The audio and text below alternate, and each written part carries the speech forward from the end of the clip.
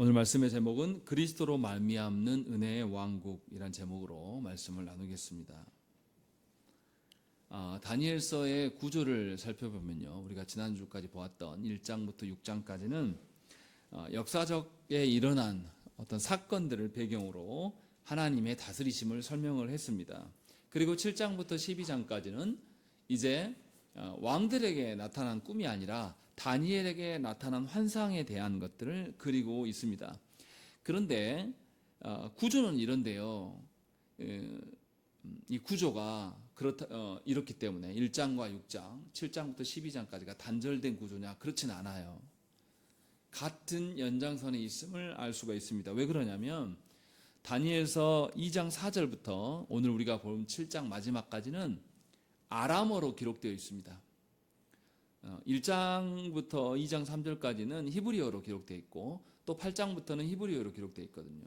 그런데 특이하게 이 부분 6장까지 끊는 게 아니라 7장까지 아람어로 기록되어 있다는 것이죠. 이것은 아람어로 기록되는 것은 히브리인 말고도 이방인들을 향하여서 어떤 부분을 말씀하고 있음을 알 수가 있습니다. 그러면 도대체 왜 이렇게 기록한가? 이것이 오늘 주제하고 아주 관련이 깊습니다. 왜 다니엘서는 이렇게 기록하는 것일까? 이것을 이제 오늘 우리가 살펴보려고 합니다. 다소 어려울 수가 있어요.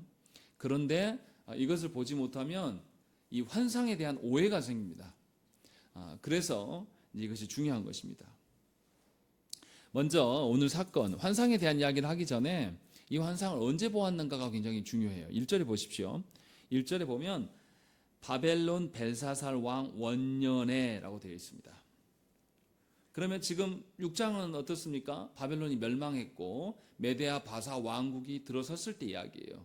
그러면 벨사살 왕이라고 나와 있어요. 그럼 벨사살 왕은 바벨론의 마지막 왕이죠. 자기 아버지와 함께 바벨론 다스렸던 5장에 있었던 이야기입니다. 그런데 다시 잘 살펴보면 벨사살 왕 원년이면 주전 553년이에요. 이때가 다니엘이 60대 정도로 추정을 할 수 있습니다. 그러니까 다니엘서 5장에 나타난 잔치 베푸는 사건은 539년으로 봅니다. 그러니까 이 다니엘이 환상을 본 거는 벨사살 왕이 잔치를 벌이기 전에 약 14년 전에 일어난 사건이에요. 그러니까 순서대로 구성을 하면 하나님께서 느부갓네살 왕에게 꿈을 2번 보이시고 그에게 나타난 사건들을 보이고 그 다음에 다니엘에게 환상을 보여주신 겁니다. 그것이 오늘 7장의 말씀이에요. 그리고 벨사살 왕에게 손가락을 나타내서 무엇을 보이셨다라는 것입니다. 이 말은 뭐냐면 하나님께서 꿈을 누구에게만 보이셨습니까? 꿈과 손가락이 나타난 기적들을 앞에서는 계속 누구에게 보였습니까? 바벨론 왕들에게 보였어요. 그런데 하나님께서는 그 꿈의 연장선으로 환상을 보여주셨다라는 거죠. 그것도 다니엘에게. 그런데 이 다니엘에게 보여주신 것이 이 꿈들 사이에서 일어난 손가락이 나타난 기적이 아직 안 일어난 그 사이에 나타나 있어요. 그러니까 지금 말하고자 하는 게 뭐냐면 이 환상도 앞에 하나님께서 왕들에게 보여주신 꿈과 일맥상통한 사건이다. 요 이야기를 하고 있는 거예요. 그래서 우리가 앞에서 보았지 않습니까? 바벨론 왕들에게 보여진 꿈과 또 어떤 기적들, 이렇게 보이신 것은 궁극적으로 누구를 향한 말씀이라고 했습니까? 이방 왕들에게 하신 말씀이기도 하지만 그들이 회심하고 그 사건을 경험하여서 하나님께 돌아왔습니까? 아니요, 그러지 않았어요. 궁극적으로는 포로로 끌려온 언약 백성들에게 지금 하고자 하시는 말씀이라는 거예요. 그러니까 이 지금 7장의 환상에 대한 부분들도 이것은 왕들은 몰라요. 다니엘만 알고 있는 이야기입니다. 그런데 그 사이에 끼어 있는 것을 보면 분명히 하나님께서는 같은 맥락으로 지금 언약 백성들에게 말씀하고 계신다라는 것을 우리에게 알려줍니다. 그래서 하나님은 표면적으로 다니엘서를 잘못 읽을 때는 어떤 왕들에게만 보이신 하나님처럼 보이지만 궁극적으로는 언약 백성들을 향하고 있음을 확증해 주는 것이 7장의 환상의 내용이에요. 그래서 언약 백성들에게 무엇인가를 말씀하고자 하는 거예요. 그러면 우리가 여기서 뭘 봐야 될까요? 이제 이게 굉장히 중요한 주제입니다. 다니엘의 환상을 통해서 우리는 뭘 교훈 받아야 될까요? 일반적으로 네 짐승 환상 이렇게 이야기하면 우리가 많이 들어봤던 이야기예요. 2장에서 느부갓네살 왕이 꿈을 꾸죠. 무슨 꿈을 꿉니까? 신상에 대한 꿈을 꿔요. 그런데 그 신상이 네 등분으로 나눠져 있습니다. 재료가 달라요. 처음에는 금이고 중간에는 뭐 황동이 섞여 있고 뭐 다른 것들이 섞여 있는. 그래서 나라를 상징한다. 바벨론이 있고 그 다음에 메데아 바사, 그 다음에 헬라, 우리가 아는 알렉산더 대왕이 제피한 헬라, 그리고 로마가 있을 것이다. 이렇게 이제 보통 해석을 합니다. 이 해석과 오늘 본문에 나타난 네 짐승이 연계되어 있는 해석일 수밖에 없어요. 제가 아까 말씀드렸죠. 시기상으로 봤을 때도 꿈이 있고 벨사살 왕에 나타난 기적이 다 그 사이에 이 환상이 있는 겁니다. 시간 순서로 봤을 때. 그러니까 같은 맥락으로 서 있는 거예요. 그래서 하나님께서 두 번 같은 이야기를 하고 계심을 우리가 알 수 있습니다.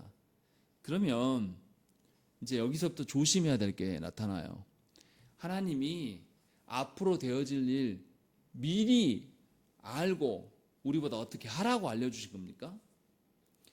미리 안다고 해서 이게 도움이 됩니까? 바벨론 나라가 있었고 그 다음 나라가 메데아 바사가 있고 그 다음 나라가 그리스 헬라가 있고 그 다음에 로마가 있다. 이 사실이 저는 그 나라 가기 전에 죽거든요. 이게 뭔 필요 있냐 이 말이에요.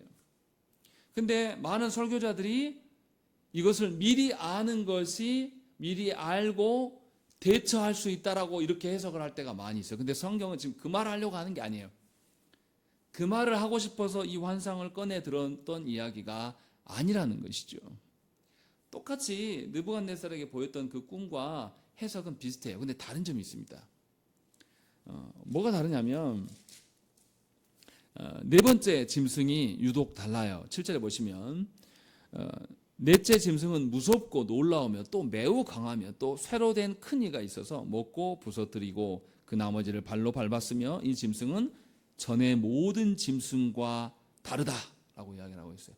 그리고 그 짐승이 10뿔이 있었는데 그 뿔을 유심히 보니까 거기에서 작은 뿔이 또 나온다라고 이야기를 해요. 뭔가 좀 다른 설명을 하고 있는 거예요. 앞에서 했던 것과는 좀 더 업그레이드된 버전으로 지금 하나님께서 환상을 말씀하고 있는 겁니다. 그럼 도대체 이거 왜 주신 건가? 뭘 보라는 건가? 이게 굉장히 중요한 것이죠. 먼저 첫 번째 짐승이 뭡니까? 사자와 같은데 독수리 날개가 있다라고 이야기를 해요. 사자가 용맹하고 무서운 동물이죠. 그런데 독수리 날개까지 있습니다. 그러니까 얼마나 강력하고 민첩하겠습니까? 이것을 상징적으로 보여줘요. 실제로 예레미야 선지자는 느부갓네살을 사자로 비유합니다. 예레미야 50장 18절 말씀에 이스라엘은 흩어진 양이라 사자들이 그를 따르도다. 처음에는 아수르 왕이 먹었고 다음에는 바벨론 왕 느부갓네살이 그 뼈를 꺾도다라고 하면서 사자가 느부갓네살 왕임을 분명하게 이야기해요. 그러니까 첫 번째 짐승은 당연히 바벨론이겠죠. 이게 성경이 증언하는 내용이 맞아요. 그것을 이제 이야기를 하고 있습니다. 그리고 거기 보면 4절에 보시면 뭐라고 되어 있습니까? 짐승이 날개가 뽑혔다. 또 땅에서 들리워졌다라고 이야기를 해요. 그래서 어떻게 되고 있다라고 이야기합니다. 이것은 이제 뒤에서 말씀드릴게요. 왜 이렇게 하고 있는지. 그러니까 앞에서 처음 금신상에서 신상의 윗부분, 머리 부분에 해당해 금으로 됐는데 이게 바벨론을 상징하는 거다. 일맥상통해요. 그리고 두 번째 짐승을 한번 보십시다. 곰처럼 생겼다고 되어 있어요. 당연히 여기는 메데아 바사를 이야기를 하겠죠. 그런데 몸 한쪽이 들려있다라고 5절에 보시면 그것이 몸 한쪽을 들었다라고 되어 있습니다. 이 말이 뭡니까? 나중에 메데아 바사가 한 나라로 됩니다. 그게 무슨 나라예요? 페르시아가 되는 것이죠. 한 나라가 이제 잡아먹는 구조로 되어 있고, 그래서 또 5절에 뭐라고 합니까? 그 다음에 그 입에 이 사이에는 새 갈빗대가 물렸는데 라고 되어 있습니다. 이 곰이 잡아먹은 거예요. 새 존재를 잡아먹었어요. 페르시아에게 정복당한 나라를 말하는 것입니다. 그래서 리디아, 바벨론, 애굽 이 세 나라가 실제로 정복을 당해요. 그 이야기를 의미하고 있는 거죠. 그러니까 메데아 바사가 맞아요. 지금 제가 궁극적으로 이 말을 하려고 하는 게 아닙니다. 지금 간단하게 설명을 드려야 될 것 같아서 설명하고 그 다음에 이야기를 하려고 하는 겁니다.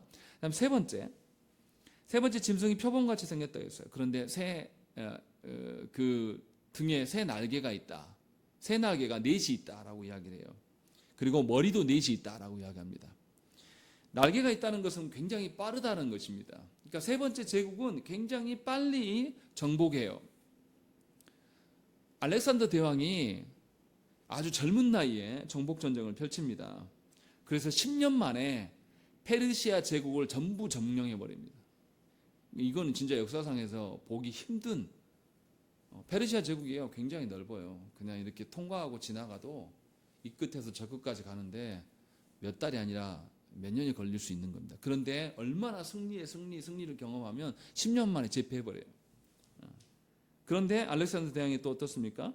이렇게 빨리 제패하지만 굉장히 빨리 죽어버립니다. 33세에 죽어요. 그리고 그 나라가 어떻게 되냐면 그의 부하들 4명에 의해서 페르시아 제국이 4나라로 갈리워집니다. 그래서 오늘 성경에도 뭐라고 되어 있습니까?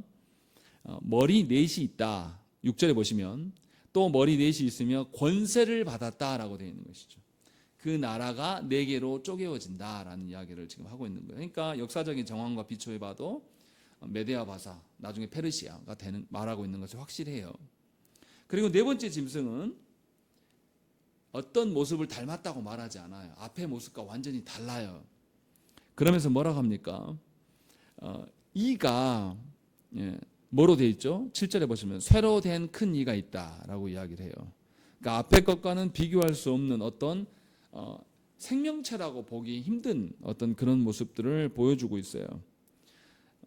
19절에도 보면 뭐라고 되어 있냐면 그 이는 쇠요 그 발톱은 노시다라고 이야기합니다.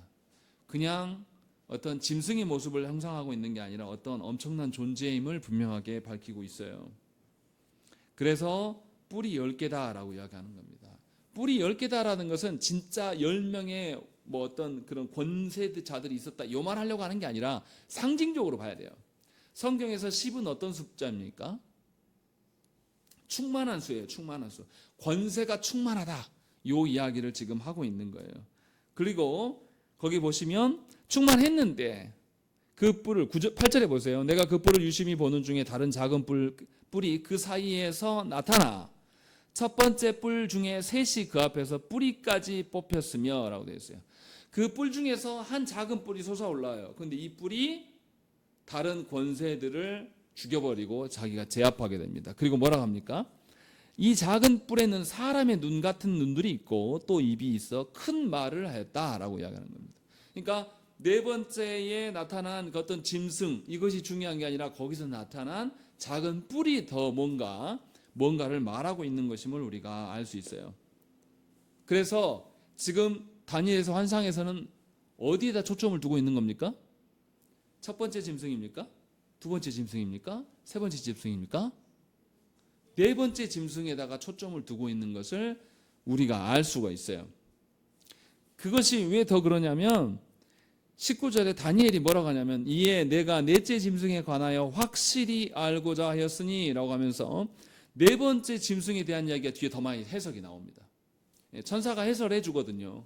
이게 뭐다라는 것을. 그런 거 보면 우리가 봐야 될 건 뭐냐면 네 번째 짐승이에요. 거기에 초점이 뭔가 있다라는 것이죠. 그 전에 먼저 이제 우리가 순서대로 9절부터 14절에는 뭐가 나오냐면 이 하나님께서 어떻게 이 짐승들을 해결하시는가라는 것이 나와 있어요. 다시 말하면 하나님이 이들을 심판하신다라는 거예요.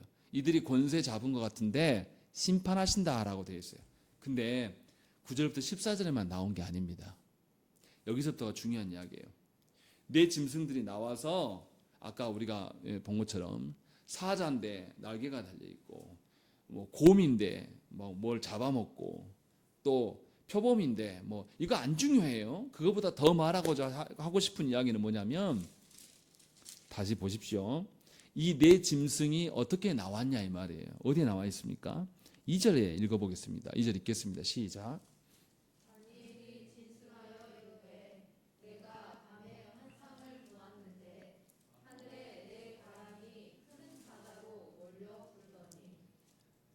내 하늘의 내 바람이 바다로 몰려 불어서 큰 짐승이 바다로부터 나왔다라고 되어 있습니다. 누가 불러낸 겁니까? 하늘의 바람이, 하늘에서부터 어떤 내 바람이 사방에서 한 곳으로 불어 제껴서 바닷속에 있었던 내 짐승을 꺼내왔어요. 하늘이 누굴까요? 당연히 하나님이시겠죠. 하나님께서 이 내 짐승들을 끌어내고 계신다라고 이야기를 하고 있는 거예요. 우리가 얼핏 봐서 읽었을 때는 이 내 짐승이 어마어마한 권세 잡은 자들이어가지고 두려웠단 말이에요. 그런데 자세히 보니까 하나님이 얘네들을 불러온 거예요. 그리고 첫 번째 짐승 뭐라고 합니까? 제가 아까 설명하지 않은 것, 날개가 뽑혔다라는 거예요. 자기가 날개를 뽑았다라고 말하는 게 아니라 누군가에 의해서 뽑혔다. 그리고 또 뭐라고 합니까? 땅에서 들렸다라고 이야기를 하고 있어요.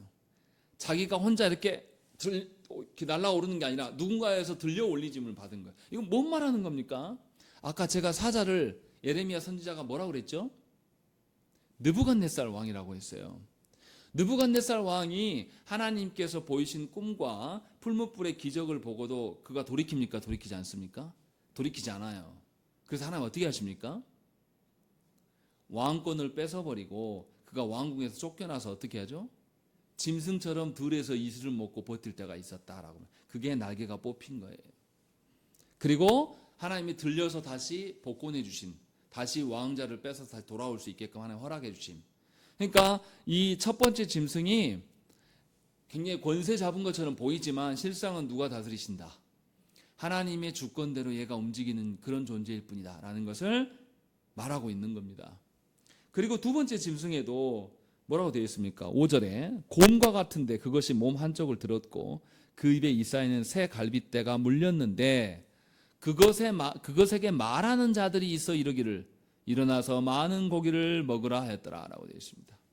그 짐승이, 곰 같은 짐승이 자기 주권대로 뭔가를 잡아먹는 게 아니에요. 누군가가 말하게 하셔서, 명령하셔서 그가 먹었다. 요 이야기를 지금 하고 있는 거예요. 누가 당연히 허락하셨겠습니까? 하나님께서 그를 들어서 사용하고 계신다. 요 이야기를 지금 계속 하고 있는 겁니다. 또 세 번째 짐승도 뭐라고 되어 있습니까? 6절에 보시면 그 짐승에게, 끝부분이에요. 그 짐승에게 또 머리 넷이 있으며 권세를 받았더라 라고 되어 있어요. 권세를 자기 자신이 획득했다, 취했다 이렇게 하지 않아요. 권세를 위임받았다라고 이야기하는 겁니다. 누가 위임하셨다라는 거예요? 이들을 바다에서 불러낸 하나님께서 이들에게 권세를 준 것이다 라고 이야기를 하는 거예요. 그러니 9절부터 14절에 나온 하나님의 심판은 당연한 거예요. 이들이 이 네 짐승들이 나와서 하나님이 말씀하시는 그것까지만 해야 되는데 그 이상으로 교만을 떨면서 하나님을 능히 이길 수 있다라고 생각하는 거죠. 그 샘플이 뭡니까? 느부갓네살 왕이었어요. 느부갓네살은 하나님께서 계시해 주시고 기적을 보이셨음에도 그가 입으로는 천하에 이 같은 왕이, 이 같은 신이 없다라고 말했지만 하나님을 섬깁니까? 그렇지 않아요. 온전히 된 금신상을 만들고 거기에 다 절하라고 한단 말이에요. 그러면서 자기의 권세가 하나님의 뜻보다 더 크다라고 말해요. 지금 이것을 이야기하니까 그래서 하나님께서 어떻게 하냐면 천상에서 심판을 준비하심을 9절부터 보여줍니다. 그래서 뭐라고 합니까? 9절에 내가 보니 왕자가 놓이고 옛적부터 항상 계시니가 좌정하셨다라고 되어 있습니다. 하늘 보좌에 왕자가 있는데 거기에 옛적부터 항상 계시니 누굽니까? 성부 하나님이세요. 하나님께서 왕좌에 앉으셨다. 왕좌에 앉으셨다는 의미는 뭐예요? 왕권으로 그가 다스리신다라는 것이죠. 그리고 그 하나님 어떤 하나님이냐? 옷은 희기가 눈 같고 그의 머리털은 깨끗하다. 하나님은 거룩하시고 하나님은 공의로우신 하나님이다라는 것을 우리에게 보여줍니다. 이 거룩하신 하나님, 순결하신 하나님은 오류가 있다든지 불의한 것에서 그냥 내버려 두실 수 없는 분이에요. 그러니까 하나님이 다스리심 가운데는 항상 뭐가 드러납니까? 의로움이 드러날 수밖에 없어요. 그러니까 불의한 것에 대해서 하나님 뭐를 합니까? 반드시 심판을 해요. 지금 우리가 새벽기도 때마다 시편의 말씀들을 92편부터 100편까지 쭉 읽어가고 있는데 거기에서 똑같은 주제를 계속 말해요. 하나님의 다스리심에 대한 이야기를 해요. 그래서 시인이 뭐라고 합니까? 불의함에 둘러싸였을 때 하나님께 뭘 요청합니까? 나 구원해 주세요. 이렇게 하지 않아요. 물론 구원해달라고 해요. 근데 그것만으로 끝나지 않습니다. 뭘 하냐면 심판하시는 주님이시여, 보응하시는 주님이시여 오셔서 보응하시고 심판하십시오. 막 찬양하다가 갑자기 심판을 말해요. 이것은 원수 갚아달라는 이야기가 아닙니다.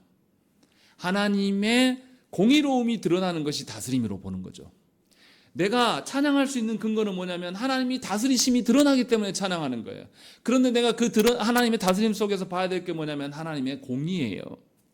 내 만족과 내 안위를 보려고 말하는 사람들은 하나님을 절대 찬양하지 않습니다. 자기 기분에 취해서, 자기 감정에 취하여서 그 분위기에 젖어서 그냥 살아가기 때문에 하나님이 구원을 베푸셔도 찬양할 줄을 몰라요.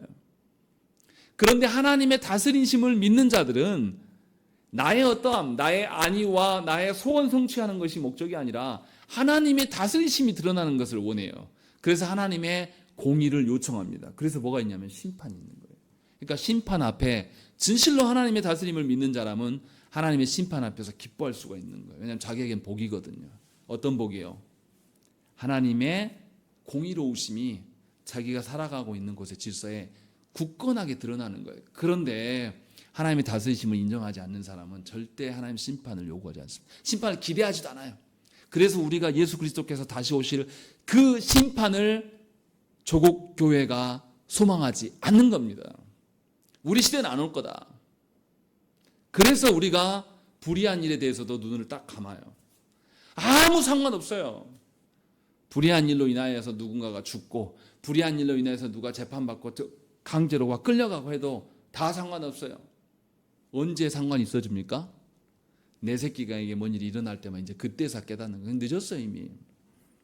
내 새끼가 세월호에 한 명 중에 죽고 내 새끼가 이태원에 압사당해서 죽어. 그때 깨닫는 거예요. 다 잃어버리고. 그러나 하나님은 미리 알리시고 계셔요 지금. 하나님의 심판을 하나님 예비하신다. 하나님 거룩하고 공의로우신 분이기 때문에 이 이야기를 지금 하고 있는 겁니다. 그래서 10절에 뭐라고 합니까? 불이 강처럼 흘러 그 앞에서 나오며 그를 섬기는 자는 천천히요 그 앞에서 모셔선 자는 만만이며 심판을 베푸는데 책들이 펴 놓였더라라는 것이죠. 이 열방에 하나님 앞에 서 있는 사람들이 하나님의 심판을 고대하고 있는 거예요. 왜냐하면 하나님의 의로우신 다스림이 자기들을 다 점령하고 이 모든 피조세계에 온전히 하나님의 공의가 강같이 흘러넘치기를 원하는 거예요. 그런데 무슨 일이 일어났습니까? 11절에 그때 내가 작은 뿔이 말하는 큰 목소리로 말미암아 주목하여 보는 사이에 짐승이 죽임을 당하고 그의 시체가 상한 바 되어 타오르는 불에 던져졌으며 라고 되어 있습니다. 이상한 일이 벌어집니다. 하나님의 심판이 있어요. 그런데 작은 뿔은 아직 안 죽었어요. 그런데 네 번째 짐승으로부터 나온 그 짐승, 네 번째 짐승은 하나님의 심판으로 불에 던져졌고 싹 타졌어요. 그런데 지금 작은 뿔은 살아있고요. 12절에 보면 이상한 게 있어요. 그 남은 짐승들, 이 남는 짐승들은 앞에서 말했던 첫 번째, 두 번째, 세 번째 짐승이죠. 이 짐승이 그의 권세를 빼앗겼으나 그 생명이 보존되어 있다라는 것이죠. 왜 하나님이 다 죽여버리지 왜 안 죽이신가? 좀 이상해요 이 부분이. 그리고 정한 시기가 이르기를 기다리게 되었더라라고 되어 있는 것입니다. 하나님이 심판을 하시는데요 다 안 죽이시고 남겨놨다라는 거예요. 거기에 마지막에 나왔던 뿔이 뭔가 핵심인데 이 작은 뿔은 여전히 살아있어요.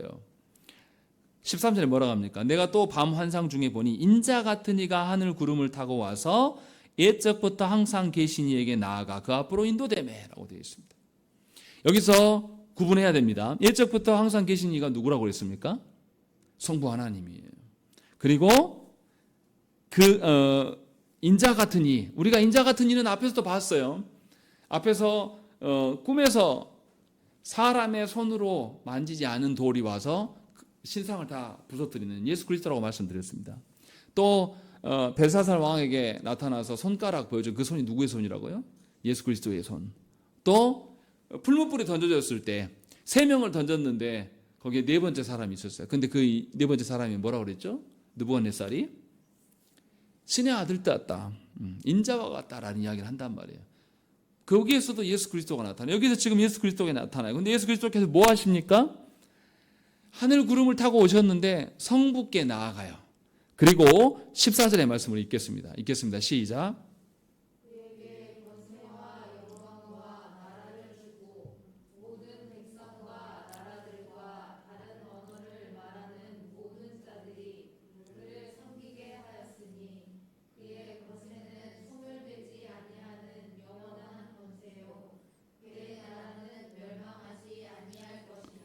예. 뭐라고 그러냐면 예수 그리스도께서 하나님으로부터 권세를 받았는데 그 권세와 영광과 나라를 받았는데 이 권세는 앞에서 소멸돼 버린 그 힘없는 짐승들, 마지막 네 번째 짐승도 불에 타서 없어졌어요.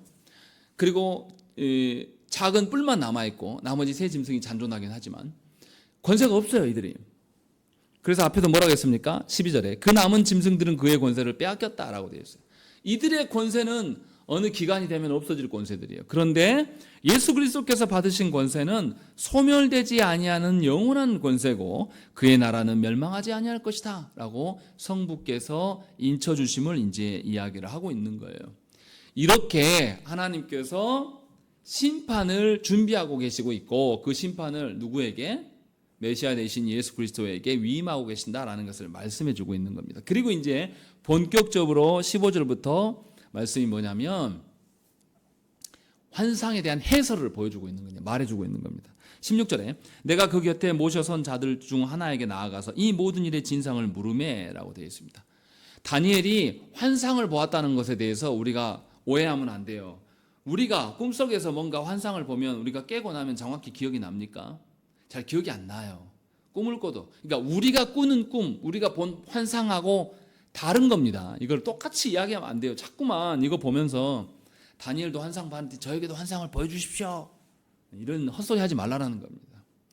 구속사의 과정 중에서 나타난 기적과 신비는 하나님의 구속 역사를 보여주시기 위해 의도적으로 드러내 보여주시려고 하신 거예요. 그래서 기적이 나타나는 거예요. 그런데 우리는 구속의 역사가 다 완성이 됐어요, 안 됐어요? 예수 그리스도로 말미암아 다 성취가 돼버렸단 말이에요. 또 다른 구속의 역사를 우리에게 보여줄 것이 필요해요, 안 필요해요? 성경으로 족하단 말이에요. 다른 게 필요치 않아요. 그래서 분명하게 여기서 다른 점이 나타나요. 여러분들은 환상 보면서 하나님께 대화하면서 물어봅니까? 못 물어봐요, 우리는. 여러분들 꿈꾸면서 꿈에서 환상 봤다는 분들 한번 와서 물어보세요. 다니엘처럼 물어본 사람이 있는가? 근데 다니엘은 지금 뭐예요? 그 환상에 개입하고 있어요. 개입하면서 무슨 이야기를 합니까? 이 모든 진상이 도대체 뭡니까? 라고 물어봐요. 그러주니까 답해요. 그 17절에 그 네 큰 짐승은 세상에 일어날 내 왕이라 지극히 높으신 이의 성도들이 나라를 얻으리니 그 누림이 영원하고 영원하고 영원하리니. 무슨 말입니까? 그 네 번째 짐승이 세상에 일어날 군왕이라고 이야기했는데 그 다음 말이 이상해요. 지극히 18절입니다. 지극히 높으신 이의 성도들이 나라를 얻는다. 아니 그 네 나라 왕이 그 군왕들이 권세 잡은 자들인데 어떻게 나라를 얻어요? 무슨 말일까요 이게? 이게 무슨 말을 의미하는 겁니까? 앞에서 예수 그리스도께서 위임받은 권세에 대한 설명을 할 때 뭐라고 되어 있습니까? 14절에 그에게 권세와 영광과 나라를 주고 모든 백성과 나라들과 다른 언어를 말하는 모든 자들이 그를 섬기게 하였다라는 것입니다. 예수 그리스도께서 다스리시는 나라는 어떤 나라입니까? 이 세상에 속해 있는 그런 나라입니까? 이 세상을 초월한 하나님 나라를 말하는 거예요. 그러니까 네 짐승이 일어날 왕인데 이들이 왕으로서 다스리는 나라는 눈에 보이는 그것도 세상에서 하나님께서 허락하신 영역 안에만 있는 다스림자들이에요. 주님은 하나님 나라와 이 모든 피조 세계를 전체 다 아우르는 나라의 왕으로 서 있는 거예요. 그러면 주님으로 인하여서 구원받은 우리들 하나님의 백성들 18절에서 지극히 높으신 이의 성도들이 얻는 나라는 어떤 나라겠습니까? 하나님 나라죠. 이 땅의 나라가 아니에요. 그래서 세상에 권세 잡은 자들의 나라가 세운 그 나라가 있고 우리가 속한 하나님 나라가 다름을 지금 이야기를 하고 있는 거예요. 그래서 세상에 권세 잡은 나라 왕들이 패권친 왕들이 나타나도 우리는 이 나라를 얻는 게 아니라 하나님 나라를 이미 얻은 거예요. 그래서 이 패권에 우리가 휘둘릴 필요가 있다고요, 없다고요? 필요 없다는 거예요. 우리는 예수 그리스도로 말미암아 세워진 하나님 나라를 이미 얻은 자들이고 그 나라를 지금 이야기를 하고 있는 거예요. 그래서 18절에 성도들이 나라를 얻으리니 그 나라를 얻은 누림이 영원하고 영원하고 영원하리라 라고 이야기하는 겁니다. 여러분들이 하나님 나라 백성 된 것은 이 땅에 권세 잡은 자들이 쥐고 있는 그런 그 권세랑 비교할 것이 되지 않아요. 지금 검찰 공화국이 돼가지고 검사들이 날뛰는 세상이 됐어요. 죄가 없어도 한번 너 죄인이야 한번 털어보자 하고 하면 어떤 사람도 살아남을 수 없도록 계속 궁지를 끝까지 지금 계속 하잖아요. 이게 지금 말이 됩니까? 이 국무위원인 법무부 장관이 야당 수장을 지목해서 얘 죄인이야. 그리고 국회의원 앞에서 나와서 역대 이런 국회의원들을 이렇게 청구할 때 이렇게 길게 말하는 장관이 한 명도 없었습니다. 5분 이내 다 끝냈어요. 왜냐하면 자기 권한을 넘어서는 일이니까. 자기는 정무위원일 뿐이에요. 그런데 지목해서 증거는 하나도 없는데 정황이 아니 길게 써와가지고 이거는 표적 아예 대놓고 이야기합니다. 법무장관이 얘 죄인이야 라고 말한 것이고 이렇게 하는 나라가 돼버렸습니다. 그런데 저들의 권세가 얼마나 가겠습니까? 3년 반 남았어요. 길지 않아요. 우리가 그 나라를 두려워할 필요가 뭐가 있습니까? 우리가 그 나라에 대해서 떨 필요가 뭐가 있어요? 우리는 영원한 하나님 나라의 백성인 거예요. 한 야당 국회의원이 야당 대표가 구속영장이 기각되는 것을 보면서 라디오에서 나와서 이야기하더라고요. 자기가 한 번도 국회의원이라서 한 번도 라디오에서 하나님 이야기를 한 적 없는데 내가 하나님께 감사했다. 하나님의 의로우심이 여전히 우리 가운데 있어서 감사했다. 그 이야기를 하더라고요. 왜 그런 이야기 하겠습니까? 이 기독교가, 이 조국교회가 얼마나 평이 안 좋은데 이 시절에 왜 그 이야기를 합니까? 하나님 나라 백성이 본인이 그렇게 살아가는 자이기 때문에 거기에 반응하는 거예요. 지금 무슨 이야기를 하는 겁니까?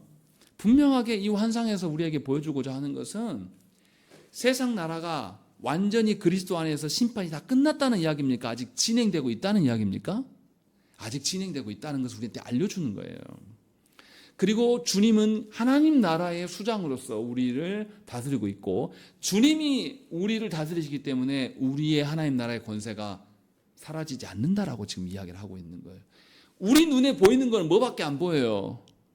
이 네 짐승, 이 짐승들이 갖고 있는 권세, 그 권세 앞에서 두렵단 말이에요. 저도 막 화가 나가지고 인터넷에 댓글을 쓰려다가도 제가 지워요.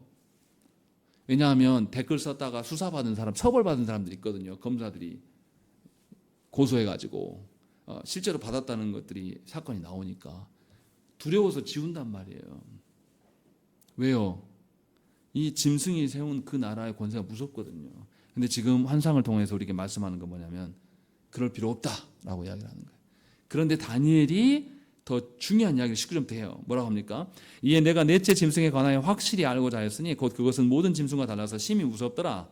그 이는 쇠요 그 발톱은 노시니 먹고 부서뜨리고 나머지는 밟았으며 또 그것의 머리에는 10뿔이 있고 그 외에 또 다른 뿔이 나오매 새 뿔이 그 앞에서 빠졌으며 그 뿔에는 눈도 있고 큰 말을 하는 입도 있고 그 모양이 그의 동류보다 커 보이더라라는 것이죠. 지금 다니엘이 무서워서 물어보긴 했지만 다니엘서 저자는 지금 뭘 보라고 말합니까? 그 네 번째 짐승에서 나온 그 작은 뿔을 봐라. 그 뿔이 권세 잡은 자들을 물리치고 나와서 대장로로 하고 있다라고 이야기를 하고 있어요. 그러면서 그 뿔이 뭐라고 합니까? 20절에 큰 말을 한다라고 이야기를 하고 있어요. 이것은 8절에도 이야기 나옵니다.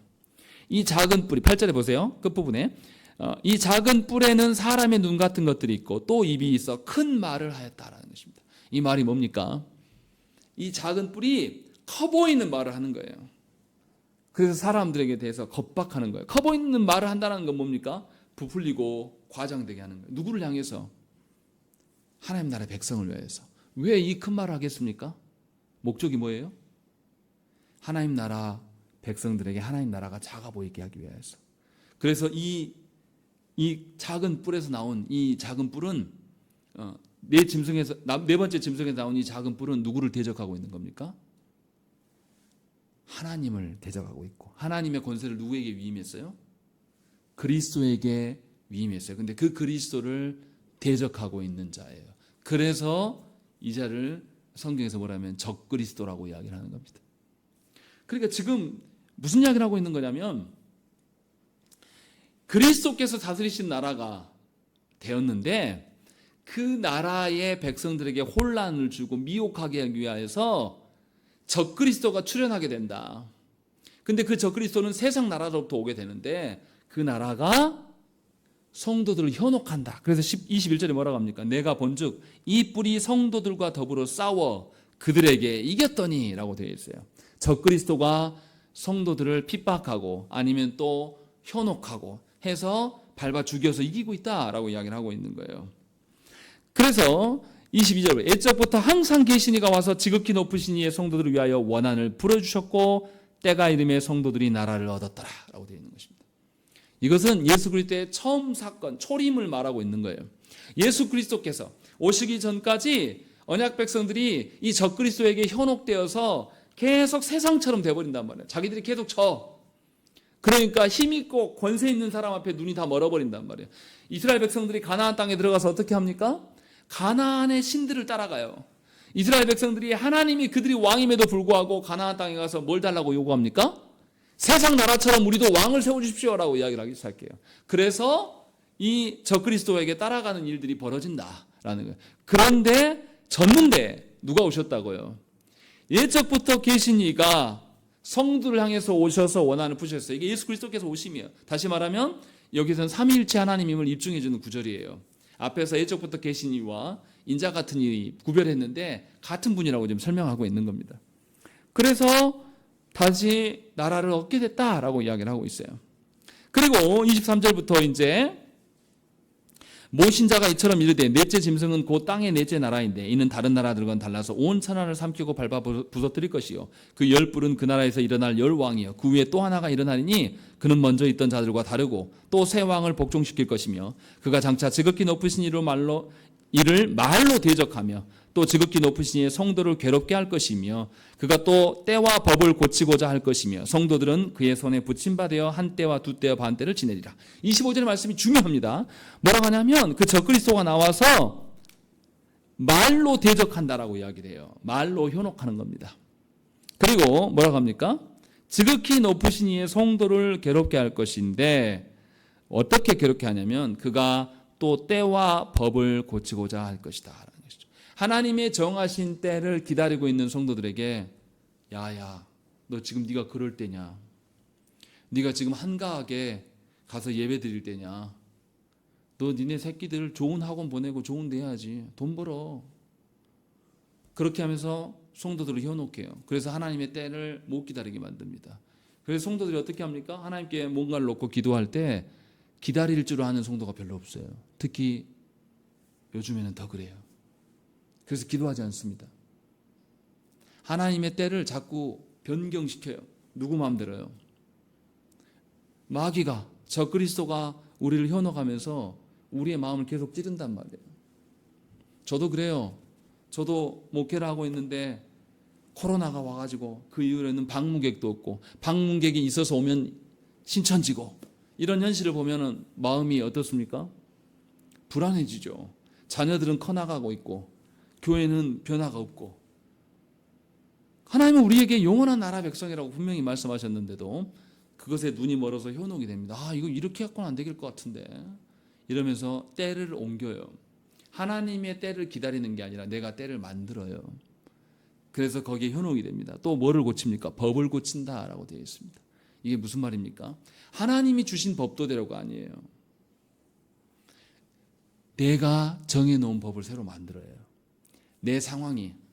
그러면서 성도들이 뭐라고 합니까? 목사님, 나는 하려고 했는데 직장이 그렇게 안 하게 해요. 못하게 합니다. 나 하려고 했는데 내 배우자가 그래요. 나 하려고 했는데 내 새끼들 때문에 어쩌겠어. 이렇게 하면서 하나님의 질서를 파괴해요. 누가요? 성도된 자들이 적그리스도에게 현혹되어서 넘어갑니다. 여기서 말하는 적그리스도는 군사력으로 어떤 힘으로 압제하는 그런 적그리스도를 말하는 것일까요? 아니죠. 네 번째 짐승에서 나온 적그리스도예요. 네 번째 나라가 로마예요. 로마에는 뭐가 있었겠습니까? 앞에서 있었던 바벨론은 없어졌어요. 페르시아도 없어졌습니다. 알렉산더 대왕이 이끈 그리스도 없어졌어요. 그런데 로마에는 이 앞에 남겨줬던 네 나라가 분명히 로마는 없어졌는데 새 짐승이 있다 그랬거든요. 앞에서 그랬잖아요. 11절에 그 시체가 상한배가 타오랐는데 남은 짐승들은 권세를 빼앗겼지만 생명이 보존되어 정한 시간까지 있다라고 이야기합니다. 뭘 남겼겠습니까? 바벨론이 뭘 남겼겠습니까? 페르시아가 뭘 남겼겠습니까? 알렉산더 대왕이 이끌었던 이 헬레니즘이 지금까지 남아 있습니다. 이들이 남겨놓은 문화와 법이나 어떤 화려한 어떤 그런 것들이 로마에도 고스란히 남아 있고 로마가 지배하는 흔적들. 그래서 우리가 여행을 가고 싶어 해요. 그래서 어디 가고 싶어 합니까? 로마의 흔적들, 이 화려한 이탈리아 로마 가고 싶어 하잖아요. 그 엄청난 권세 잡은 자들, 지금도 지중해 길을 다 이 돌로 깔아놔서 지금도 그 길이 남아있대요. 그 화려한 문화를 보면서 인류가 이러는 걸 봐라. 이 인류가 이루는 문화와 과학이 얼마나 엄청난 것이냐 하면서 자녀들에게도 뭘 가르칩니까? 그리스 로마 신화를 가르쳐요. 성경에 하나님의 말씀은 안 가르치지만 그리스 로마 신화를 가르치고 그것이 절대적인 사고의 지침으로 만들어버립니다. 그래서 자녀들이 어렸을 때부터 뭘 봅니까? 그리스 로마 신화 같은 걸 보면서 신들이 막 싸우고 질투하고 바람피고 신입니까? 사람입니까? 생각 자체를 완전 사람화시키는 거예요. 하나님의 어떠하심을 보지 못하도록. 그래서 하나님도 그 신들처럼 여기는 거예요. 그래서 우리가 뭐라고 합니까? 왜 하나님은 나한테 이렇게 했어? 왜 하나님 선악과줘서 우리 불편하게 만들어? 꼭 그리스 신화에 나온 그 논리대로 우리를 지배해버립니다. 이게 우리의 문화예요. 지금 이 성도들에게 때와 법을 고치고 하는 것은 지금 우리에게 벌어지고 있는 일입니다. 우리는 하나님의 주권을 믿지 않아요. 우리가 만들어 놓은 문화유산을 존중합니다. 그래서 우리가 명절을 지키지 않습니까? 하나님이 주신, 하나님이 명하신 안식일과 주일의 규례들에 대해서는 우리가 느슨하지만 우리 명절은 반드시 지켜요. 왜냐하면 사람이 만들어 놓은 문화유산을 굉장히 존중하는 민족이거든요.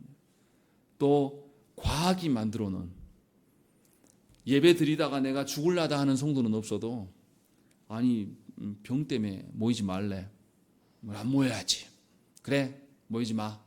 라는 것을 당연하게. 그래서 무슨 일이 벌어졌습니까? 코로나 이후로 광주권에 있는 큰 교회들도요. 성도가 40% 내지 50% 줄었습니다. 큰 교회들 다 그래요 지금. 왜요? 적그리스도가 현혹시킨 것에 다 속아서 넘어간 겁니다. 이제 모이기 힘쓰지 않아요. 성도들도 그나마 아직 성도로 등록되어 있는 분들도 온라인 예배를 요구합니다. 나오기 싫다고. 그래서 교회들마다 코로나가 다 상관이 없는데 온라인 예배를 다 한대요. 안 온대요. 그래서 아쉬워서 젊은이들이라고 붙들려고 온라인 예배를 계속 송출하고 있답니다. 이게 뭡니까? 하나님의 예배 드리는 법도까지도 우리는 싹 무너뜨리고 있어요. 절대 복구할 생각이 없습니다. 우리는. 이것이 지금 다니엘 시대에 말씀하셨던 내용이에요. 지금 우리가 지금 진행되고 있는 겁니다. 지금 우리가 이것을 겪고 있는 거예요. 하나님께서 이런 날이 오게 될 것을 다니엘에게 말씀하셨어요. 그런데 중요한 것은 이때가 계속되진 않을 것이다.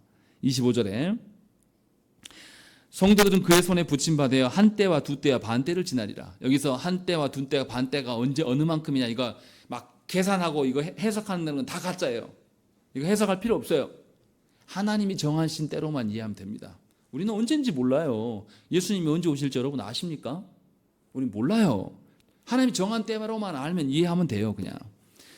26절에 그러나 심판이 시작되면 그는 권세를 빼앗기고 완전히 멸망할 것이요 나라와 권세와 온 천하 나라들의 위세가 지극히 높으신 이의 거룩한 백성에게 붙임받으리니 지극히 높으신 이의 거룩한 백성에게 붙임바 그의 나라는 영원한 나라이라 모든 권세 있는 자들이 다 그를 섬기며 복종하리라 라는 것이죠. 예수 그리스도께서 다시 오실 때에 이 적그리스도를 예수 그리스도께서 물리치심으로 말미암아 그때까지 인내하면서 하나님 나라의 질서를 존중하며 살아온 하나님의 백성들이 다시금 복권이 될 것이다 라는 이야기를 지금 하고 있는 겁니다.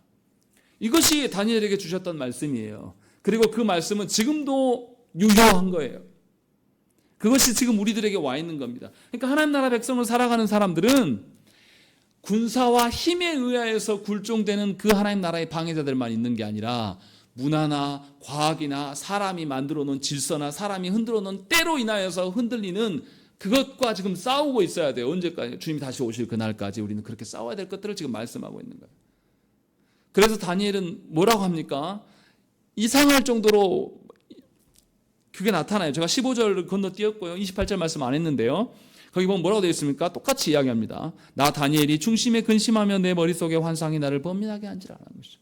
왜 다니엘은 하나님의 사람인데 왜 이 환상을 보면서 번민하고 근심해요?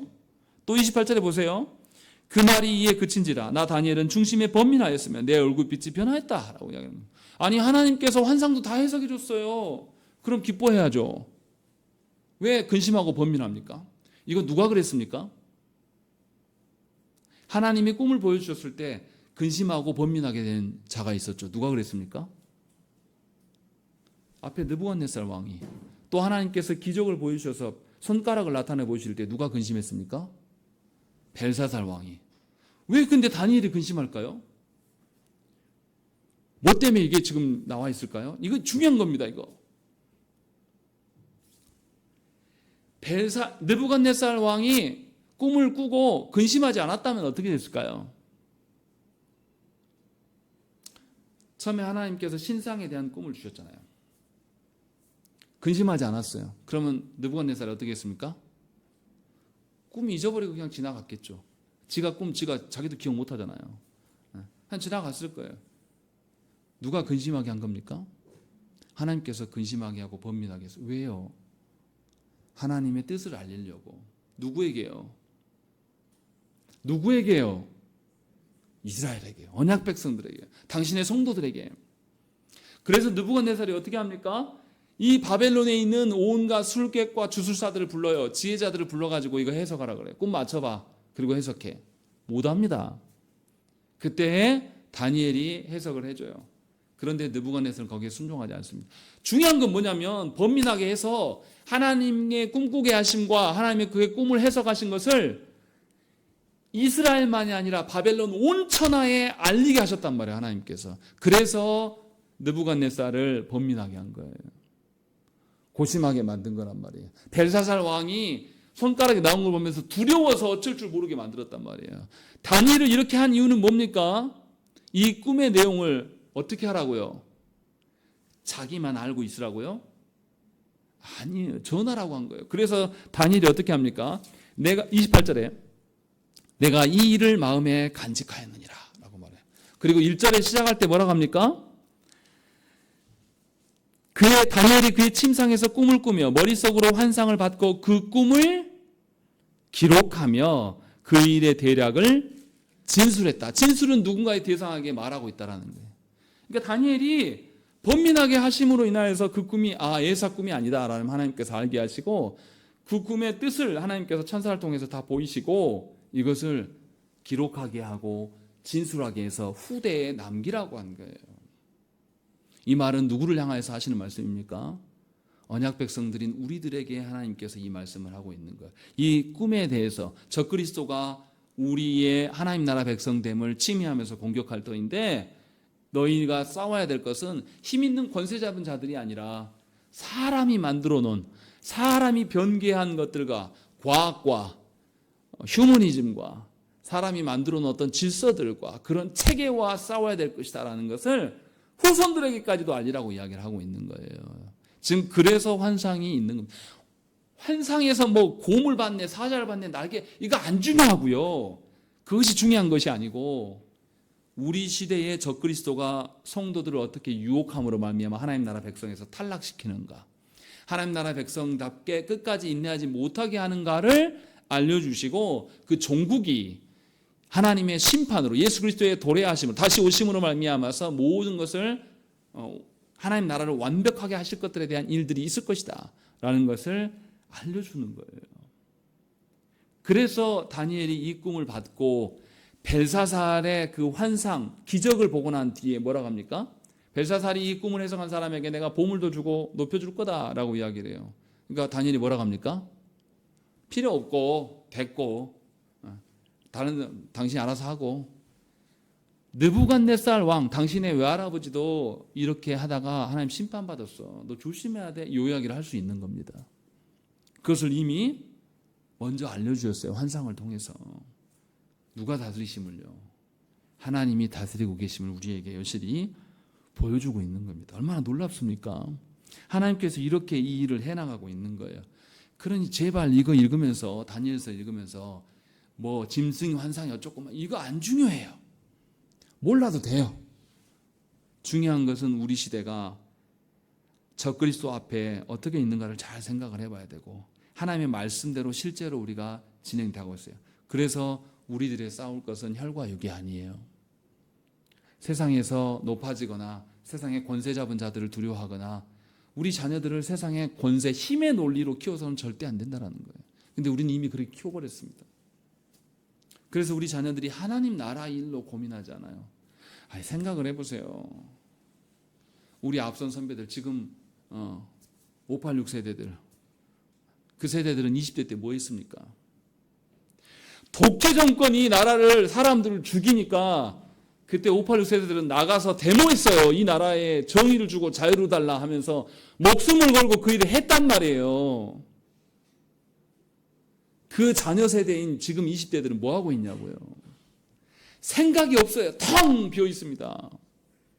역사도 모르죠. 나라 정세 돌아가는 것도 아예 관심도 없죠. 누가 이렇게 만들었습니까? 우리가 만든 거예요. 우리가. 예수 믿는 자라면 최소한 오히려 말씀에 근거하여서 우리가 어떤 적그리스도와 싸워야 될 것인가를 자녀들에게 가르치고 알려줬어야 돼요. 그래서 누구보다도, 세상 어떤 누구보다도 사람이 만들어 놓은 이 시스템, 사람이 만들어 놓은 이 체계가 얼마나 한계가 있는 것이고, 이 한계를 극복하실 수 있는 분은 하나님밖에 없다. 그래서 이 한계를 우리 사회에 어떻게 극복하고 하나님의 질서를 세울 것인가, 이 고민을 해야 돼요. 우리 청년들이. 우리도 함께 그 일에 동참해야 되는 게 정상이란 말이에요. 과연 조국교회와 우리가 그러냐 이 말이죠. 정말로 이 다니엘서의 말씀을 우리 것으로 받아들이고, 이미 하나님께서 고지해 주셨잖아요. 적그리스도가 이렇게 올 것이다. 그런데 우리는 그것에 대해 아예 관심이 없어요. 생소하다라는 것이죠. 심각한 겁니다. 어마어마하게 심각한 지경에 놓여 있는 겁니다. 하나님의 말씀에 우리가 부합한 그런 족속입니까? 우리가 개혁주의를 알고 우리가 시편 찬송 불렀다고 해서 하나님의 그 질서를 알고 하나님 나라를 소망하는 자입니까? 아니에요. 이것을 조금만 알게 되면 조국교회를 향하여서 눈물 지을 수밖에 없어요. 제가 우리 총회에서 여자 강도사 인허해줬다가 오후에 취소하는 걸 보면서 제가 그렇게 분노하는 이유를 이제 조금 이해하실 수 있을 거라고 생각이 돼요. 하나님의 법도를, 성경을 지키려고 하는 자들이 아니라 자신들의 상황과 처지에 따라서 여성 사역자 뺏길까 봐 우리 교단 와서 강도사까지 보게 해줄게, 가지 마. 하나님의 말씀을 수호하지 않을 사람이면요, 아무리 붙잡아도 갑니다. 없어도 돼요. 그런 사람들은. 하나님의 질서대로 세워갈 수가 있어야 되는 것이죠. 우리 시대가 여성인권 이야기하는 그런 체계로 가야 될 게 아니라 하나님의 창조 질서에서, 오해하시면 안 돼요. 남자가 우월하다 그 말을 하려고 하는 게 아니에요. 하나님이 남성과 여성을 다르게 창조하셨어요. 역할이 달라요. 아직도 바울이 여성이 가르치는 일에 잠잠하라고 하신 참된 의미는 우리가 다 해석할 수는 없어요. 그러면 우리는 말씀에 근거해서 기다릴 줄 알아야죠. 정말로 성경을 보수하고 하나님의 질서로 인하여서 적그리스도를 막아내면서 사람이 만든 질서가 아니라 하나님의 질서대로 하나님 나라 백성으로 살려고 하는 모습이 이 교단에 없는 거예요. 거기에 간분들은 다 총대예요. 다 큰 교회, 지역사회에서는 내놓으라고 하는 교회의 목사와 장로들이 가서 아무도 그것에 대해서 반기를 내지 않는 거죠. 얼마나 슬픈 현실입니까? 이것을 놓고 우리가 울어야 돼요. 심각한 지경에 있는 거죠. 하나님의 말씀이 이렇게 여실하게 보이고 있는데, 하나님의 말씀이 여실히 이렇게 앞에 교회 시대가 도래하였을 때 예수께서 초림하시고 승천하신 이후에 적그리스도로 인하여서 이 성도된 자들이 당할 현실이 무엇인지를 분명하게 우리에게 다 알려주시고 계시는 것이죠. 과연 우리는 하나님 나라 백성인지를 물어야 됩니다. 과연 우리가 하나님 나라 백성으로 살아가기 위해서 인내하고 있는지 살펴야 돼요. 사람이 만들어 놓은 어떤 명절, 사람이 만들어 놓은 어떤 학업의 그 진행 척도들, 사람이 만들어 놓은 인생살이, 무슨 직장에 가야지 사람 대접받는다, 이게 뭐가 중요합니까? 저도 거기에 매여서 20대를 허송세월 보냈어요. 사람이 만들어 놓은 그 질서 앞에 서보려고. 다 부질없습니다. 하나님이 허락하시지 않으면 열리지 않아요. 하나님의 택한 백성들은 하나님께서 끝까지 지키시려고 하신다는 것이죠. 하나님은 하나님 나라 백성으로 살게 하시려고 하는데 우리의 자녀들이 세상을 향해서 열심히 달려나가요. 이것처럼 비극인 인생이 없어요. 이것처럼 허망한 아무것도 없는 인생이 되어버린다는 것이죠. 분명하게 오늘 말씀을 들으면서 우리는 기억을 해야 됩니다. 세상의 권세 잡은 자들은 결코 그리스도인들에게 호의적이지 않아요. 그런데 왜 권세 잡은 자들 앞에 가서 기웃거립니까? 우리 안 좋아한다니까요. 우리 무시해요. 우리 경멸해요. 그래서 바벨론이 이스라엘 백성들 어떻게 했습니까? 포로로 잡아갈 때 자녀들이 귀찮으니까 2살 아이 밑으로는 애기 묶어갖고 부모들 보는 데 돌려갖고 성벽에 때려 죽였다니까요. 얼마나 처참하게 대합니까? 그런데 하나님은 그러함 속에서도 그들을 회개시키고 돌이키게 하려고 하는 작업을 계속 하신 거란 말이에요. 권세 잡은 자들은 우리를 좋아하지 않아요. 그래서 시인이 뭐라고 합니까? 내 눈을 돌이켜 허탄한 것을 보지 말게 하시고 주의 도에 나를 소성케 하소서라고 시인이 간구합니다. 하나님의 도로 말미암아 내가 살아날 수 있게 해주십시오 라고 구하는 것이죠. 이것이 그리스도인들의 참된 삶의 방식이에요. 그래서 우리는 이 세상이 말하는 정치나 경제나 사회나 문화에 속지 말아야 되는 거예요. 모든 것을 하지 말라고 말하는 게 아니에요. 경제나 사회나 정치나 문화의 모든 면을 하나님이 다스리는 측면으로 개혁해 나가야 될 것이 그리스도인의 의무예요. 손에 달려있는 겁니다. 그냥 그렇게 세상의 것들을 아무 생각 없이 받아들이라는 게 아니에요. 세상 사람들이 거짓된 것으로 우리에게 복을 말하면 우리는 하나님의 이름으로 복을 말하면 됩니다. 그들을 정죄하면서 그들하고 싸우라는 소리가 아니에요. 분명하게 하나님께서 그렇게 우리를 부르고 있는 거예요. 그래서 바울이 뭐라고 합니까? 그 중에 이 세상 신이 믿지 않은 자들의 마음을 혼미케 하여 그리스도의 영광의 복음의 광채가 비추지 못하게 함이니 그리스도는 하나님의 형상이니라 라는 것이죠. 그리스도께서 우리에게 멀어지도록 그리스도를 우리로부터 가리워서 적그리스도는 우리를 죽이려 한단 말이죠. 이것을 깨달으라는 것이죠. 그리고 예수께서 이미 초림하심으로 하나님의 심판은 시작됐어요. 이제 그 심판이 완성될 예수님의 재림의 날만 기다리고 있는 겁니다. 정신 차리셔야 돼요. 여전히 세상에서 세상의 방식으로 안위를 구하십니까? 남의 집이 여행 가면 나도 여행 가고 싶고 남의 집이 고기 먹으면 나도 고기 먹고 싶고 이렇게 하나님 살라고 하신 것이 아니에요. 그리고 마지막으로 하나님께서 여러분들을 성도로 부르신 것은 놀라운 하나님의 은혜와 보호하심입니다. 우리가 하나님 나라에 대한 열망과 소망이 별로 없음에도 불구하고 하나님은 우리에게 아직도 뭘 주십니까? 기회를 주고 계시는 거예요. 여전히 우리를 뭘로 인정하는 것입니까? 하나님 나라로 인정하고 계신 거예요. 여러분들에게 예배가, 여러분들의 기도가, 여러분들 앞에 성찬이 하나님께 주신 놀라운 특권과 기회이고 그것을 존중하시기 바랍니다. 그러할 때에 우리는 하나님 나라 백성으로 살 수가 있습니다. 진정으로 여러분들이 명절을 보내는 동안에 하나님의 질서로 인하여서 친인척과의 관계를 개선하는 일에 힘쓰십시오. 그리고 그것을 시험해 보시고 하나님께 의존함으로 경험하시고 돌아오시기를 간절히 축원합니다. 함께 기도하겠습니다.